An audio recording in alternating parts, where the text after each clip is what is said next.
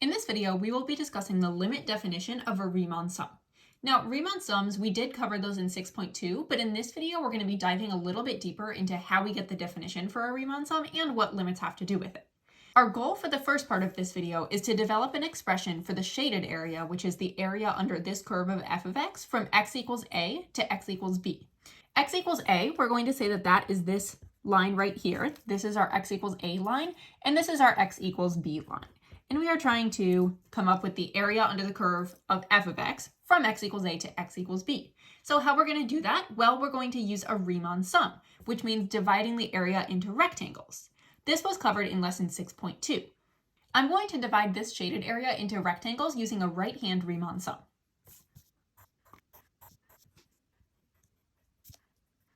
Now that we have that done, let's go over a few more things. So first, a is the lower limit and b is the upper limit. We already covered that.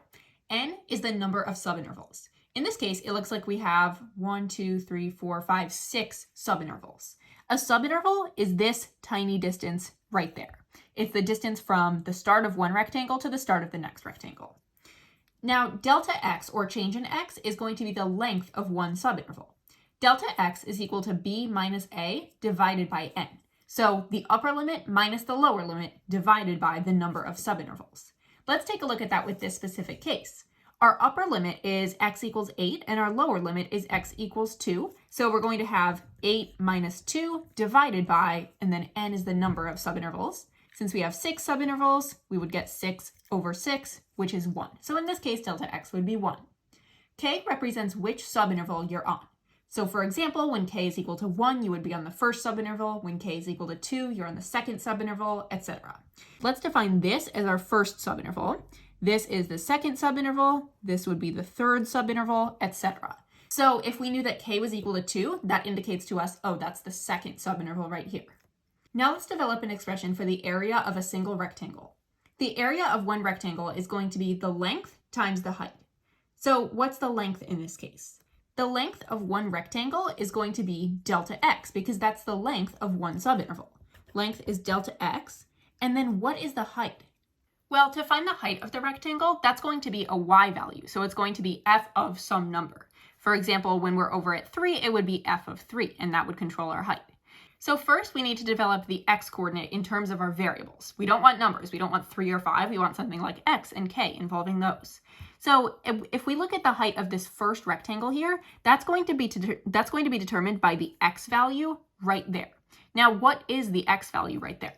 Well, we went from 0 and then we started at a. So we have a plus 1 delta x because we added the length of one subinterval. So a plus 1 delta x. What if we were trying to find the x value right there? Well, in that case, it would be a plus 2 delta x because we've now added on 2 subintervals. So that right there would be a plus 2 delta x. Now, we could keep labeling this. We could keep doing 1 and 2 and 3 and 4, etc. But we want to come up with a generic one in terms of a variable. So since k represents the number of subinterval that you're on, for instance, when we were on the first subinterval, we said k is equal to 1, k is equal to 2, etc. If we are on any subinterval where k is the number of subinterval that you're on, the x value at that subinterval is going to be a plus k delta x. So if the x value is a plus k delta x, that means that the height of that rectangle right there is going to be controlled by f of the x-coordinate, and the x-coordinate is a plus k delta x. That would be the height of that rectangle right there. And that's going to work for any interval. It's not just working for the first one or the second one because we have that k in there, and k could represent any subinterval. This means that the height of one rectangle is going to be f of a plus k delta x. And we've already established that the length of one rectangle is going to be delta x. Now, to find area, we simply take length times height, which means that the area of one rectangle would be f of a plus k delta x times delta x. However, this is just the area of one rectangle, and we want the area of all of the rectangles in order to get an accurate Riemann sum. So we're going to use the summation symbol. We're going to be summing from the first subinterval to the nth subinterval because n is the number of subintervals. So if we're starting at the first subinterval, I'm just going to write k equals 1 down here, and then we are going to the nth subinterval. So I write an n up there. Now, we're trying to find the sum of the areas. So now we just plug this expression for the area into our sum. So it's the sum from 1 to the nth subinterval of f of a plus k delta x. That's another way of writing our Riemann sum. Now I want to step back momentarily and discuss something else. The actual area under this curve from x equals 0 to x equals 10 is 71.94528. And there were some more decimals, but I just cut it off at 5. Now, when n is equal to 3, which would mean that there are only 3 subintervals, and you can see that we have 1, 2, 3 rectangles right here, the sum of the areas of the rectangles, so the right-hand Riemann sum approximation, is 83.768. That's kind of close to this number, but it's really not very close at all. However, when n is equal to 5, when we increase the number of subintervals, the sum of the area under the rectangles, the right Riemann sum approximation, is 78.759. A little bit closer. What about when n is equal to 25, when we have 25 subintervals? And you can see we have 25 tiny rectangles making up that sum.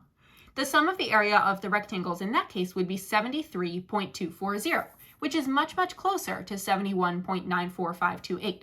The takeaway here is that as the number of subintervals increases, the Riemann sum approximation gets more and more accurate. So we want the approximation to be as accurate as possible. So we want to make n as large as possible. We want there to be as many subintervals and as many rectangles as possible. The way that we do that is that we take our sum that we already established over here. This is our Riemann sum approximation, and then we stick a limit on the front. We are trying to find the limit as n approaches infinity because we're trying to make n be as great as possible. We want to have the greatest number of subintervals. And this is the limit definition of a Riemann sum. Here's that limit definition of a Riemann sum that we just found. Now, we also know that delta x is equal to b minus a over n, the upper limit minus the lower limit over the number of subintervals. So if we substitute b minus a over n in everywhere that we see a delta x, we get this expression. Now, this looks crazy, but all that we've done is we've just taken the delta x's and we plugged in a b minus a over n. Now, this notation, as you can see, it's kind of crazy. It's not very practical to use just because there are so many variables going on. So using integral notation, we can simplify this, and it makes it much nicer. When we use integral notation, this entire thing is equivalent to the integral from a to b of f of x dx. This is known as a definite integral. A definite integral has a lower and upper limit of integration. An indefinite integral would just be something like the integral of f of x dx, and we will cover that more later in chapter 6. Now, the big important point here is that these 3 definitions are equal. These 3 things are equal to one another. In this video, we're essentially going to be practicing switching back and forth between these definitions. And that's how your knowledge of the limit definition of a Riemann sum will be tested on the AP exam. Rewrite each integral as a right Riemann sum approximation. So this means that they want it in summation notation. They want it looking like this. So we have to figure out how do we get it there. The first thing is to identify delta x. Delta x is equal to b minus a over n. Recall that b is the upper limit of integration and a is the lower limit of integration. So in this case, b is equal to 4 and a is equal to 2. This means that delta x is equal to 4 minus 2 over n, or just 2 over n. So now that we have delta x, the other thing we need to do is identify f of x. We know that f of x in this case is going to be x squared because that is the function that's stuck inside there.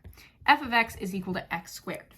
Now let's take our limit definition of a Riemann sum. I'm just going to copy down this first portion because this doesn't change from problem to problem. But then I need to do something else. It's telling me to go get f of a plus k delta x. Well, I know that a is equal to 2 because that is my lower limit of integration. And if it's telling me to take f of that, that means that I need to stick this into the f of x function, which is x squared. So I'm going to leave that blank for now inside, and that's just going to be squared. Now, what is a plus k delta x? Well, a is 2, so we have 2 plus, and then k delta x. We know that delta x is equal to 2 over n, so k times 2 over n. That can also be written as 2k over n. The very last step is to take delta x. Delta x we know to be 2 over n, so we just stick a 2 over n on the end. And we have rewritten that integral as a right Riemann sum. To rewrite this integral as a right Riemann sum approximation, I will first identify delta x. Delta x is equal to b minus a over n. We know that b is 10 and a is 1. So this is 10 minus 1 over n, or 9 over n. Then I need to identify f of x. What's the function that I'm dealing with? Well, f of x is going to be x cubed minus 2x. Then I need to get this into summation notation. So again, first I will just copy down this limit and the sum symbol. And then this is where it gets tricky. So what is a plus k delta x? Well, a is equal to 1, so a plus k delta x is going to be 1 plus, and then k delta x. Well, delta x is 9 over n, so k times 9 over n. That's also 9k over n. So this is a plus k delta x. Now, since we need to take f of a plus k delta x, we just plug this into our function for f. Now that I have plugged in this for x into the f of x function, we just need to stick our delta x on the end. In this case, delta x is equal to 9 over n. So we do 9 over n right on the end. And that would be the right Riemann sum approximation written in summation notation. To rewrite this integral as a right Riemann sum, first I will identify delta x. I know that delta x is equal to b minus a over n. b is 2 pi and a is pi. So this will be 2 pi minus pi over n. This means that delta x is really just pi over n. Then I need to identify f of x. f of x is equal to the sine of 2x. That's the function that I'm dealing with. Now to rewrite this in summation notation, the first thing I need to do is just copy over the limit and the sum, and then I can start dealing with what's inside. We are summing up all of the rectangles from the first rectangle to the nth rectangle, and we're trying to make the number of rectangles as great as possible. Then we need to find f of a plus k delta x to match the next part for our summation notation. First, let's just figure out what's a plus k delta x. A plus k delta x is going to be equal to, we know that pi is equal to a, that's our lower limit of integration, pi plus k, and then what's delta x? Delta x is pi over n, so this is k pi over n. That's k delta x. So now we need to do f of a plus k delta x. This just means that we plug in this for x into our function f of x. So we will have the sine of 2 times a plus k delta x, pi plus k pi over n. And then the last thing to do is to stick our delta x on the end, which is pi over n. There's our response. Let's rewrite this next integral as a right Riemann sum approximation. First, let's get delta x. Delta x is equal to b minus a over n. So 8 minus 2 over n. That would be 6 over n. And we know that f of x is going to be rad x plus 4. Now let's get the limit and the sum going.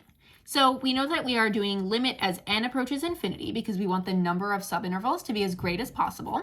And then we have the sum from the first subinterval to the nth subinterval. And then in here, we need to have f of a plus k delta x times delta x. First, let's find a plus k delta x. We know that a is 2, so we say 2 plus k delta x. That's k times 6 over n. That would be 6k over n. And then we need to take f of a plus k delta x. So f of this. That means that this goes in for x into our function. So we have square root of x, which we know is 2 plus 6k over n, and then don't forget the plus 4 there. And then on the end, we just stick a delta x. That's the length of the rectangle. This is the height of the rectangle. This is the length of the rectangle. Now there's one thing that we can simplify in here. We can simplify the 2 and the 4. So I'm going to rewrite it with those two combined as a 6. There's our answer. Now we're going to work through some examples where we are doing the reverse. We're going to be transitioning from summation notation back into integral notation. It says write each Riemann sum approximation in integral notation. So we know that these two things are equivalent. And the way that we can get back and forth between them is by using the expression delta x is equal to b minus a over n and identifying the function for f of x. So let's see, what is going to be delta x in this case? Since we know that there is a delta x on the end, that means that delta x must be equal to 4 over n. That is the length of one subinterval. So delta x is equal to 4 over n. Now we also know that delta x is equal to b minus a over n. So 4 over n equals b minus a over n. From that, we know that 4 is equal to b minus a. 4 equals b minus a. Now, notice that when we have this summation notation, they took f of a plus k delta x. Now, if we know that our delta x is 4 over n, that makes perfect sense because we've just stuck another k there.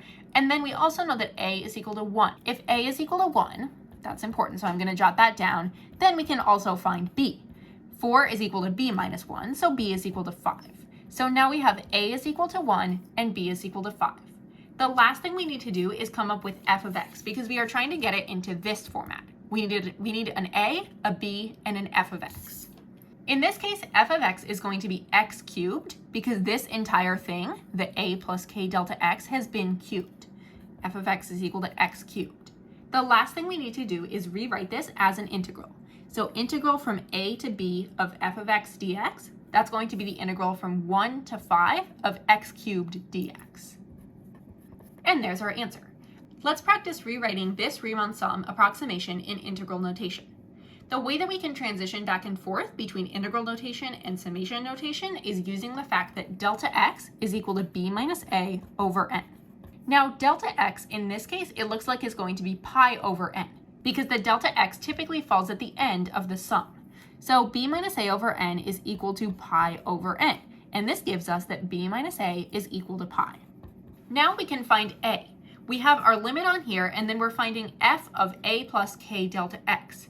So what did they plug in for a right here? Just looking at this, which represents the height of one rectangle, what did they plug in for a? If delta x is equal to pi over n, it looks like they plugged in a 0 for a because there's nothing there. You can think of this inner thing as 0 plus k pi over n. So we're going to say a is equal to 0. And that means that b is equal to pi, using that equation right there. Then we just have to figure out what's our function, f of x. That would be equal to cosine x. The last thing to do is to come up with our integral from a to b of f of x dx. So in this case, we're dealing with the integral from 0 to pi of cosine x dx. Let's practice rewriting this sum in integral notation.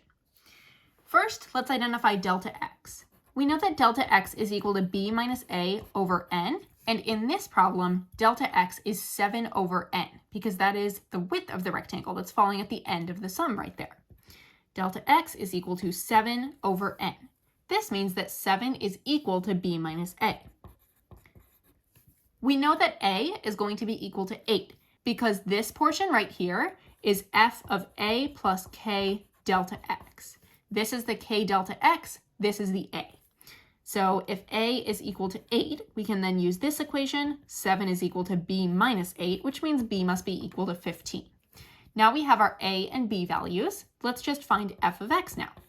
What is the function that this was plugged into? What function was 8 plus 7k over n plugged into?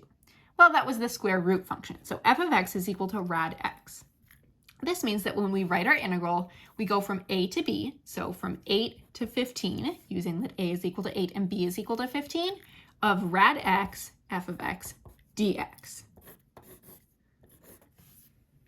Rewrite this right Riemann sum approximation in integral notation.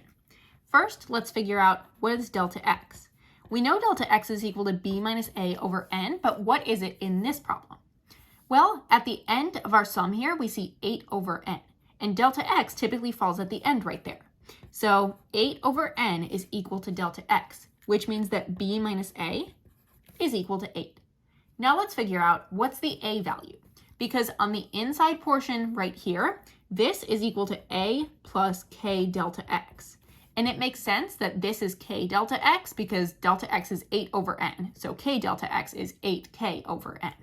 That means that our a, the other thing, is equal to 3. If a is equal to 3, which I'm just going to jot down right here, that means that b minus 3 is equal to 8, so b is equal to 11. Then we just need to figure out what is f of x. What is the function that a plus k delta x was plugged into? It looks like it's the natural log of 3x. That's our function for f of x. F of x is equal to natural log of 3x. Then let's just get that into integral notation. integral from a to b, so from 3 to 11, of f of x dx, so of the natural log of 3x dx. There's our answer. There's one more weird thing that I want to cover with this topic. Riemann sum approximations can actually be written in several different ways, which is going to be important when you're looking at multiple choice questions. Let's take a look at this problem that we actually worked before. The instructions were to rewrite the Riemann sum approximation in integral notation. So assuming that f of x is equal to x cubed, which we could have identified because we would see that they did a plus k delta x, that's our x value, and then we're cubing it. So f of x must be x cubed. Let's figure out what that would look like in integral notation. So that would mean still that delta x is equal to b minus a over n. And then since delta x is 4 over n, that means that b minus a equals 4. Now, since we're assuming that f of x is equal to x cubed, that's assuming that this is a plus k delta x. So that means that a would be equal to 1. b minus 1 is equal to 4, so b is equal to 5. And we know that a is equal to 1. So then when we write the integral, we have integral from a to b, or from 1 to 5, of f of x, which we know is x cubed dx. So that's one way that we can rewrite this Riemann sum approximation as an integral. However, there's another way, and it gets a little bit confusing, so I'm going to walk you through it. Now, let's assume that f of x is equal to 1 plus x cubed. It's not x cubed, it's 1 plus x cubed. In that case, we need to look at this a little bit differently. We can still use delta x is equal to b minus a over n, and then we know that delta x is going to be 4 over n, so b minus a is equal to 4. However, the strange thing here is that when we look at our function, f of x is equal to 1 plus x cubed, they have already accounted for this 1. So this means that a is not equal to 1. So what did they plug in for x? Well, they plugged in 4k over n. Now, recall that the thing that is supposed to be plugged in is a plus k delta x. So if they plugged in just a 4k over n for a plus k delta x, let me jot that down, a plus k delta x, they plugged in a 4k over n. That means that a must be equal to 0. This is 0 plus 4k over n. So now, instead of a being equal to 1, a is equal to 0 because they have that 1 in the function. This means that b would be equal to 4. So when we write the integral this time, that would be the integral from 0 to 4 of 1 plus x cubed dx. So these two integrals are actually equivalent, but they can both be written like this. Another way that you can think about this is in terms of transformations of functions.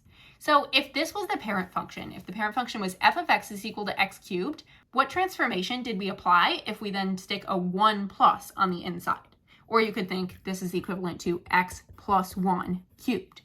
Well, hopefully from your knowledge of Algebra 1 and Algebra 2, you know that that means that the function was shifted over 1 unit to the left. So if this was our original function, f of x is equal to x cubed, and then we stick a 1 inside those parentheses, that shifts the entire function 1 unit to the left. And you can see that over here. This function was at 0, 0. That passed through the point 0, 0, our parent function. But then the transformed function passes through negative 1, 0. So they moved the function exactly 1 unit to the left. Now, what does this have to do with our integrals? Well, if we take a look at what we were doing originally, which is the integral from 1 to 5 of x cubed dx, that would be the integral from this line right here up to the 5. So the shaded area is going to look like this. However, when we look at the second integral that we made, we were taking the integral from 0 to 4 of a different curve. We were taking the integral from 0 to 4 right here of this curve. But notice that the shapes under here are the same. We're starting 1 unit to the right of where the function passed through 0, 0, and then we're going 1, 2, 3, 4 units. 1, 2, 3, 4 with the same shape of the curve. So the areas under those are going to be exactly the same. Let's try a tricky multiple choice question. Which of the following definite integrals is or are equal to this limit right here? So how are we going to figure out which of these are equal? Well, the best way to do it, in my opinion, is just to rewrite each of these as a sum. So first, if we take this one, we need to identify delta x. Delta x is equal to b minus a over n, which means that it's equal to 6 minus 0 over n, or 6 over n. And then what is f of x? Well, f of x, we can see that the function inside there is rad 3 plus x. So if we're going to write that as a sum, the first thing we do is just copy over the limit and the sum symbol. And we're going from the first to the nth subinterval. And then we have to take f of a plus k delta x. Since f of x is equal to rad 3 plus x, I'm just going to do that. So rad 3 plus, but then we need to plug in a plus k delta x for this x right here. A is equal to 0, so we can ignore that. So a plus, we're just doing the k delta x. K delta x will be k times 6 over n, which is 6k over n. And then the last step, so now we've gotten the f of a plus k delta x, is that we need to multiply the entire thing by delta x. Delta x we know is 6 over n. Then we just ask ourselves, does this match the integral up here? Yes, it does. So 1 is a solution. Let's try rewriting number 2 in summation notation. We go through that same process. First, we need to find delta x, b minus a over n, 9 minus 3 over n, which is 6 over n. It's looking promising because our delta x is going to be the same. Then we know that f of x is equal to rad x, and then we have to come up with our expression. So we still have that limit on the front because that is going to be a part of any right Riemann sum approximation in summation notation. But then we have to take f of a plus k delta x. So f of x is rad x. So if we're taking f of something, we just do the big radical over it. And then what's a plus k delta x? Well, a is equal to 3, so we do 3 plus k delta x, that's k times 6 over n, or 6k over n.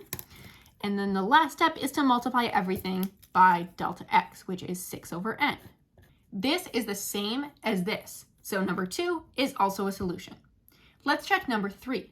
This one looks a little bit different. First, I'm just going to ignore the 6. I'm just going to stick it on the outside while I evaluate the rest of this. In this case, when I find delta x, which is equal to b minus a over n, that would be 1 minus 0 over n, or just 1 over n. And then f of x would be equal to rad 3 plus 6x. Now to write this in summation notation, first I just copy down the limit and the sum, going from the first subinterval to the nth subinterval. And then if I'm trying to find f of a plus k delta x, for my f function, that's rad 3 plus 6x. So rad 3 plus 6, and then for x, a plus k delta x goes in. A is equal to 0, so 0 plus k delta x. K delta x would be k times 1 over n, or just k over n. Then I stick my delta x on the end, which is 1 over n.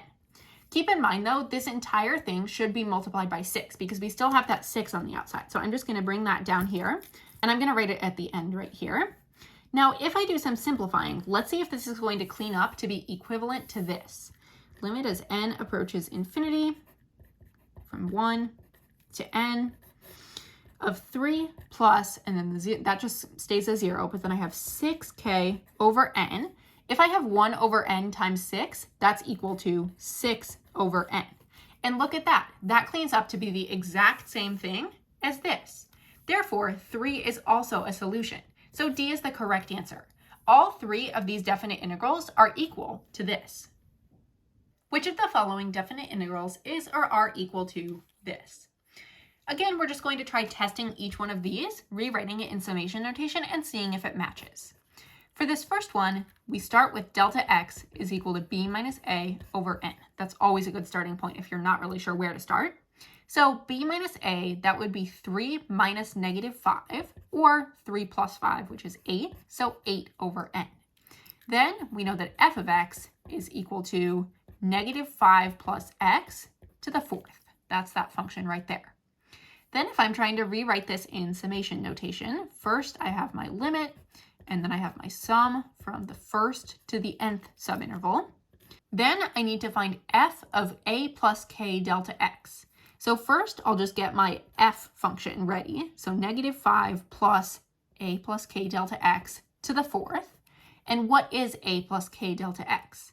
Well, a is negative 5, so negative 5 plus k times delta x, k times 8 over n, that's 8k over n.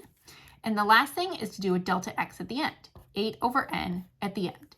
When I clean this up, I see that I'm not going to be getting this limit because I have -5 plus -5. So this is going to be -10 plus 8k over n, etc., etc. So number 1 is not going to be a solution. Of course, at this point, you could just eliminate choices A, B, and D because they all have a 1 in them. However, I do want to show you how to work through these other two. Let's take a look at this one. If I'm trying to rewrite it in summation notation, that would be delta x is equal to b minus a over n, which would be 8 minus 0 over n, or just 8 over n, and f of x is equal to -5 plus x to the 4th. Then, to rewrite it in summation notation, I need to have my limit and my sum. And then I do f of a plus k delta x times delta x. First, let me get my f function ready. So -5 plus a plus k delta x to the 4th times delta x at the end, which is going to be 8 over n. And then what is a plus k delta x? A is equal to 0, so I write nothing. And then k delta x would be k times 8 over n, or 8k over n. Since this matches this means that 2 is an answer. Now let's try number 3. For now, I'm going to ignore the 8, and I'll show you where it comes into play later. So we're going to say delta x is b minus a over n, starting with that again. B minus a would be 1 minus 0, so we just have 1 over n is equal to delta x, and f of x is equal to -5 plus 8x to the 4th. Now I rewrite my limit. We want to make the number of subintervals as great as possible. And my sum going from the first to the nth subinterval. And then I need f of a plus k delta x times delta x. Let's get the f function ready. So -5 plus 8 times something to the 4th. And that something, the thing that we're trying to plug in for x, is a plus k delta x. A is 0, so we just need a k delta x. K times delta x is k times 1 over n, which is k over n. And then at the end, I just stick a dx, which is 1 over n. Now keep in mind, though, that we're multiplying the entire thing by 8, so I will stick an additional 8 on the end. Let me simplify this and see if it cleans up to match this.